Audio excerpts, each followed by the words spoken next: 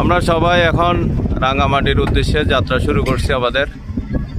আমাদের comedian TikTok কিছু বলবে এখন। গান বাইতে গেছে, গান বাজলে তো শুধু আলাদা সাবধানে। এখন কথা হইলো আমরা আসছি খুব সুন্দর একটি জায়গা।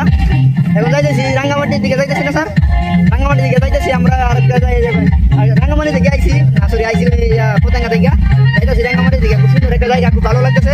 আশা করি এনজয় করতেছি, আপনারা এনজয় করেন। ধন্যবাদ সবাইকে। আর আমার কথা হইলো এখানে কিছু সমস্যা আছে যেগুলো আমাকে কষ্ট দিছে, ওগুলো আমি পরে স্যারকে একাধিকভাবে বলবো। কারণ এখন বললো যে তোমাদের সামনে কিছু বলা যাবে না, পরবর্তী আমি ইনশাআল্লাহ বলবো। আমরা আইছি পিকনিকে এনজয় করার জন্য, আজকে খুব এনজয় হবে। আর আমি মূলত এনজয়ের জন্য পাগল। গত সপ্তাহে ছিলাম সিলেট থেকে আজকে আসছি। আজকে শুক্রবার, আজকে যাইতেছি রাঙ্গামাটি। আগামী শুক্রবার হইতে পারে আমি কক্সবাজার যাইতে পারি, যদি একটা সমস্যা আছে তবে আমি কক্সবাজারটা মিস করা যাবে না। ধন্যবাদ সবাই। TikTok comedian. আমরা চিটাং থেকে রাঙ্গামাটিতে আসলাম। রাঙ্গামাটি থেকে 2টা বোট ভাড়া করে এখন যাচ্ছি সুবলং।